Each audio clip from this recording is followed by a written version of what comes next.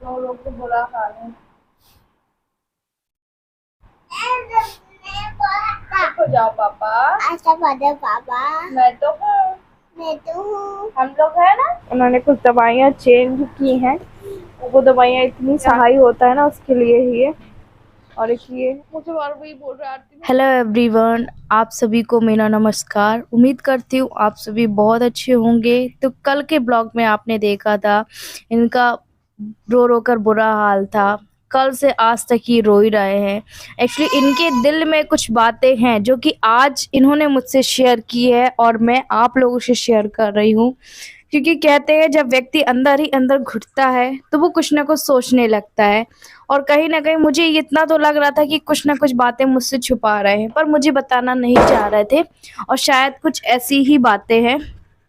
शायद आपको भी इसमें थोड़ा-सा सोचने सोचने में मजबूर हो जाएँगे। तो हालाँकि मैंने जैसे कल हमें डॉक्टर ने बताया था, परसों बताया था कि अगर थोड़ा-सा अभी बढ़ा हुआ है तो हम दवाइयाँ चेंज करेंगे। तो कुछ दवाइयाँ कल सर ही ने हमको चेंज करके और बता दी कि ये दवाई आप मँगवा लो। तो ये तो हमारे जबलपुर में तो नहीं मिलती है, इंदौर में ही मिलती है। तो हमने जहाँ से हमारी दवाइयाँ आती हैं हमने कोरियर द्वारा मँगा ली थी। वो आ जाती है करीब 12 से 15 घंटे में हमारे यहाँ दवाई आ जाती हैं। तो यहाँ पे मैं कर रही हूँ शिव की मालिश। और साथ ही आप लोगों को ये भी बता दूँ मैं कि जैसे जितनों के ट्रांसप्लांट हुए हैं ना हस्बैंड के साथ वालों के, तो वो आपस में बात करते रहते हैं। जैसे उन्होंने एक ग्रुप बनाया हुआ है कि उनकी तबीयत कैसी है, वो कैसे हैं, हम कैसे हैं। तो ये सारी बातें वो करते होंगे, मुझे नहीं पता। और कहते हैं जब व्यक्ति अंदर ही अंदर रहता है और उसको कोई दिल में बहुत बड़ी बात चुभ जाती है ना। और मैं बता दूँ कि वैसे कोई भी जो कहना चाहिए इंसान रहता है, मतलब आदमी लोग रहते हैं वो इतनी जल्दी नहीं रोते हैं। बहुत अगर वो उनके दल कहते हैं ना दिल में एक जगह को इकट्ठा करते जाते हैं अपने आप को, वो तभी उनके आंसू निकलते हैं। मैंने उनको पहली बार देखा है कि वो इतना ज़्यादा फूट-फूट कर रोए हैं। आज से पहले मैंने उनको कभी भी नहीं देखा इस तरीके से। आज मुझे 5-6 साल शादी को हो गए हैं, है ना? तो ये सारी चीज़ें मैं बता दूँ अब आप लोगों को कि एक तो डॉक्टर ने दवाई चेंज की है, बोला आप। मैंने उनको बताया सर को कि सर ये बहुत ज़्यादा रो रहा है, बहुत ज़्यादा परेशान है। तो बोले आपको दवाई समय पे खाना है। और अच्छा मैं यहाँ पे बता दूँ आप लोगों को, ये बासी रोटियाँ थी, तो मैं बासी रोटी को तेल लगा के गरम कर रही हूँ। उससे क्या होगी रोटियाँ सॉफ्ट हो जाएगी और मेरे खाने लायक हो जाएगी। अपने हस्बैंड को तो मैं एकदम अच्छी रोटी दे दूँगी फ्रेश, पर मैं सारी रोटियों को अलग नहीं करती हूँ, ना ही गाय को देती हूँ। सुबह की शाम, शाम की सुबह अगर बच जाती है तो मैं इसी तरीके से गर्म करके तेल में लगा के और खा लेती हूँ। तो ए दवाई आ गई ना, प्लीज यार आप मत लो। इनका बता दो इनका लोग तो बुरा हाल है।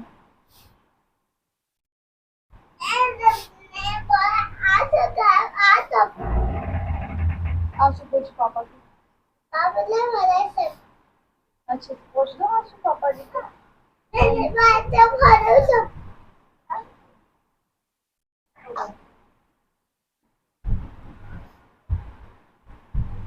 चुप करा दो पापा को।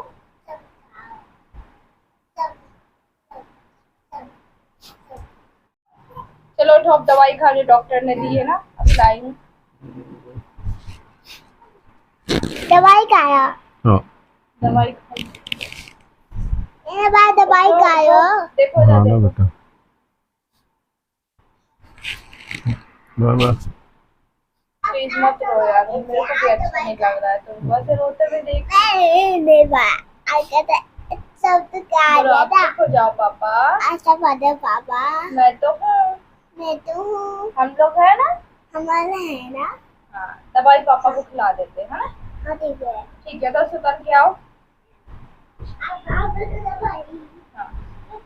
देव हमारा यहाँ पे दवाई दे देता है पापा को। हाँ बहुत स्ट्रॉन्ग है हमारा देव। हाँ निकालो पापा की दवाई। सैनिटाइजर दो पहले पापा को, फिर पापा आप उठो। पापा आपको तो सैनिटाइजर दे दो, तो दे रहा है, दवाई का टाइम हो गया है। तो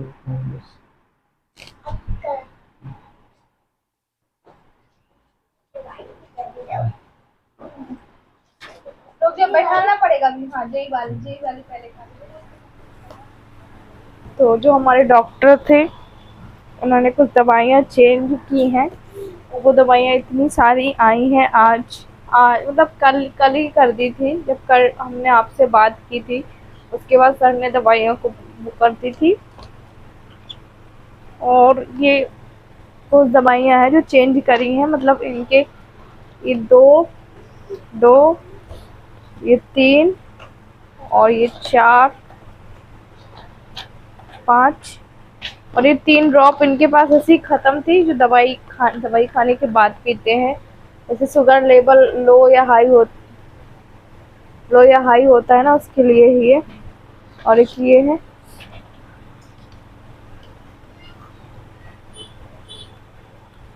और ये बिल है करीब 11,000 की दवाइयाँ आई हैं। तो मैंने उनको देखिए अपने तरीके से अपने उससे बहुत जम अभी मैं इनको बाथरूम में छोड़ कर आई हूँ, मतलब।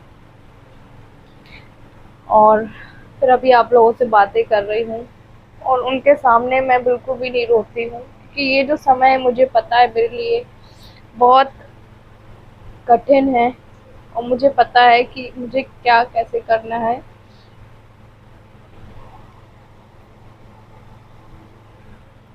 और ऐसे अकेले मैं बहुत रोती हूँ, पर उनके सामने नहीं। उनको मैं इस तरीके से बताती हूँ कि हाँ मैं बहुत सब ठीक हो जाएगा, सब ठीक हो जाएगा, है ना।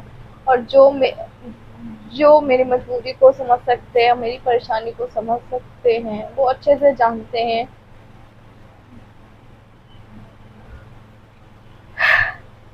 पर देखिए, कहते हैं ना, जो जिसके ऊपर मुसीबत है, जो चीज़ है, उसको ज़्यादा अच्छे से पता है। मुझे बार वही बोल रहा है, आरती मैं छोटा बच्चा नहीं हूँ कि हर बार मुझे बोल के शांत करा देती हूँ। मैं तो बोलते देख आरती, इतना सब करने के बाद और मैं नहीं चाहता कि लोग मुझे देख के परेशान हों। तो मैंने बोला हाँ, ये हकीकत है कि आपको देख के लोग परेशान होते हैं, यहाँ पे बहुत सारे लोग हैं। ऐसे हिम्मत खो दोगे तो फिर कैसा चलेगा। आप मेरी हिम्मत हो, मैंने उनको यही बोला। मैंने कहा देखो, आपको भी देख के मुझे हिम्मत आती है, क्योंकि आपको पता है जो वैसे भी हम इतनी जल्दी इमोशन हो जाते हैं ना कि एक जो होता है। चलो, दवाई आ गई है आपकी? है? और आते नहीं बन रहा था तो मुझे बुला लेना था, आए क्यों?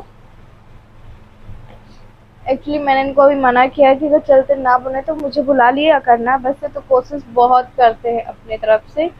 तो चलिए, अभी शाम का टाइम हो रहा था और ये हमारा जो दवाई कोरियर होकर आया वो शाम को आया था। अब जैसा भी होगा, इनको अच्छा लगेगा तो थोड़ी सी बात कराने की कोशिश करूंगी एक्चुअली और मैं फिर इनका बात कारण करूंगी। बता दूं कि ये इतना ज़्यादा क्यों अंदर ही अंदर घुट रहे हैं। एक तो देखिए, कोई भी बात हो, मैं हूँ, आप हो, कोई भी हो, अगर आप किसी से कोई भी मन की बात अगर बता दो ना, तो शायद वो दिल में बात नहीं लगती। और ये परसों उनके साथ क्या हुआ है, जो इनका साथ में ट्रांसप्लांट हुआ था ना, तो वो भैया को ऐसे ही फीवर आया था, आई फ्लू आया था, फिर उसके बाद निमोनिया हो गया। तो डॉक्टर ने उनको देख के बोला कि देखो, तुम्हें भी बहुत ज़्यादा इन्फेक्शन से बचना है। साथ में ही वो ना अभी हॉस्पिटल में एडमिट है। तो ये सारी चीज़ें हैं, वो शायद दिमाग में ले रहे हैं। आज 3 से 4 घंटा रोए हैं। रोने के बाद मैंने इनको समझाया, फिर भी इनको समझ में नहीं आया। रोज जा रहे थे, रोज जा रहे थे। दुख तो होता है, क्या करूँ। बड़ी मुश्किल से अभी जाके सोए हैं, तो मैंने कहा चलो उनको उठा देते हैं। वो कहते हैं ना, एक छोटा बच्चा जब रोता रहता है, रो रो के थक जाता है, उसके बाद वो अपने आप सो जाता है। ऐसे ही फिर मैंने उनको खाना खिलाया। मैंने कहा देखो, अपना ख्याल रखो, खाना समय पे खाओ, दवाई समय पे खाओ, ख्याल रखो अपना। मैंने कहा कभी कभी भगवान परीक्षा हमारी लेते हैं। कूलर चल रहा होगा, आपको आवाज़ कम सुनाई दे रही होगी शायद। मैंने कहा भगवान हमारी परीक्षा लेते हैं कि ये मुश्किल की घड़ी में कैसे अपने आप को संभाल रहा है व्यक्ति। तो बस मैं देखिए ढाढ़स बहुत देती हूँ, हिम्मत बहुत देती हूँ, पर तो अभी और देव बाहर जाके खेल रहा है तो मैं उसको भी सुलाऊंगी। पर हमारा शिव तो ऐसे ही करता है, और ऐसा नहीं है, सर ने एक पेशेंट को देखा है तो सारे पेशेंट को बोला है और साफ साफ बोला है कि अपना बहुत ज़्यादा ध्यान रखो, हर चीज़ से, इन्फेक्शन से बचो, फीवर से बचो। और कहने का मतलब समय दवाइयाँ पे लो, जैसे हम दवाइयाँ बोलते हैं वैसी दवाइयाँ लो। तो ये सारी चीज़ों को वो एकदम से उन्होंने दिल पे ले ली। तो हालाँकि सर ने बोला कि हम आपकी दवाइयाँ चेंज कर रहे हैं, आप मँगा सकते हैं तो मँगाइए। और भगवान का शुक्र है कि चलो अभी तो दवाइयाँ मैं मँगवा पाई हूँ। और यहाँ पे बस मैं कूलर में पानी भर रही थी और बोला है जितना कम सोचोगे उतना अच्छा रहेगा। पर यही चीज़ें हैं ना, जैसे हम और आप रहते हैं और कहीं हम ऐसा कुछ ऐसा देख लेते हैं, सुन लेते हैं तो हमें एक सदमा टाइप का लग जाता है ना, सेम उनके साथ भी यही है। तो ख़ैर एनीवे आप लोग भी इनको समझाने की कोशिश कीजिएगा, मैं भी करूँगी। और आप लोग बहुत प्यार दे तो रहे हैं, अब थैंक यू। मुझे पता है मेरे दोनों बच्चे हम दोनों का सहारा ज़रूर बनेंगे आगे चल के। कभी छोटा है तो क्या हुआ, सहारा ज़रूर बनेंगे। और यहाँ पे मैं आप लोग को बता दूँ, मत करो बाबू, मत करो, इधर देखो, इधर देखो। तो अभी मेरी मम्मी का ही फ़ोन आया था, करीब 8-9 बजे आया था। और क्योंकि जो मेरी वीडियो है वहाँ पे जो हमारा मायका है वहाँ के लोग भी देखते हैं, तो वो लोग परेशान हो रहे थे, क्या हुआ, वो रो रहे थे और उनका रिपोर्ट ठीक नहीं आया। तो मैंने कहा हाँ थोड़ा सा बढ़ा हुआ है। और ऐसे वो कभी भी नहीं रोते, इसलिए मुझे सारे लोग पूछ रहे थे, आप लोग भी इसलिए परेशान हो रहे थे। मैं आपको क्या समझाती हूँ।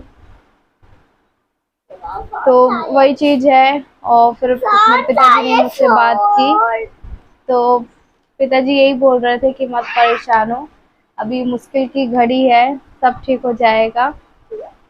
ठीक है, मैं अपने आप में भी संयम बना के रखी हुई हूँ। और यहाँ पे मैं आप लोग को ये बता दूँ कि मुझे पता है आज जब जिनके साथ हमारा ट्रांसप्लांट हुआ था ना, डॉक्टर सर से बात हुई, एक बार उन्होंने ऐसी बात करी कि वो अपने पेशेंट देख रहे थे। पर उसके बाद उन्होंने, सर ने क्या किया कि जो हमारे यहाँ जिनका साथ में ट्रांसप्लांट हुआ था वो भैया को ना निमोनिया हो गया है। तो मैंने इनसे पूछा कि आप इतना ज़्यादा तो परेशान होते नहीं हो, आप इधर दो सेल फोन, मैं आपको मना करती हूँ ना, इधर दो फिर मैं आपसे कट्टी हो जाऊँगी, आपसे मैं कट्टी हो जाऊँगी, ठीक है। हाँ इधर बैठो आप। तो उसके बाद क्या है कि हाँ, हाँ निमोनिया उनको हो गया है। और पहले उनको फीवर था, बुखार था, फिर उसके बाद अचानक से निमोनिया, 2-3 दिन तक भर्ती थे। आज उनकी छुट्टी हुई है। तो फिर मैंने उनसे पूछा, देखो आप तो इतना ज़्यादा परेशान नहीं होते थे पर इस बार क्यों? तो फिर उन्होंने ये सच्चाई मुझे बताई। आरती नहीं बाबू हलन कि ये सच्चाई मुझे बताई कि आरती ऐसा ऐसा हुआ। मैंने उनसे बात करी तो मुझे इसलिए घबराहट हो रही है कि मुझे भी, नहीं बाबू बीच में नहीं बोलते, मुझे फीवर है। तो मैंने कहा देखो उनको क्या हुआ वो उनका कुछ होगा, पर आप ऐसा क्यों सोच रहे हो? और तो बोले कोई भी हो, कैसा भी हो, पर वही सारी चीज़ें हैं। और उन्होंने शायद, इन्होंने मेरे सामने बात नहीं की, शायद जब मैं कुछ काम कर रही होगी तब इनसे उनकी बात हुई या व्हाट्सएप में हुई, मुझे नहीं पता। उनके ट्रांसप्लांट को भी इन्हीं के साथ हुआ था, उनका 10 दिन पहले हुआ। कितने दिन पहले हुआ था? पहले हुआ था, बाद में 10-12 दिन पहले हुआ था। और हम एक ही फ्लैट में रहते हैं तो आपस में बातचीत होती रहती है। शायद इस वजह से उनको और ज़्यादा टेंशन होने लगी और इस वजह से ज़्यादा सोचने लगे और वो इतना रोने लगे। ठीक है, चलिए अब हम मिलेंगे आपसे अगले नेक्स्ट ब्लॉग में। सर ने जो दवाई दी है अब आज से चालू की है हमने, और देखते हैं क्या होता है। इसके बाद 3 दिन या 4 दिन में फिर हमें टेस्ट करवाना है। तो चलिए हम मिलते हैं कल आपसे मॉर्निंग में। खैर आज का वीडियो हम करते हैं यहीं पे एंड, और प्लीज़ हमारा वीडियो ज़रूर शेयर करिएगा। चलिए बाय बाय।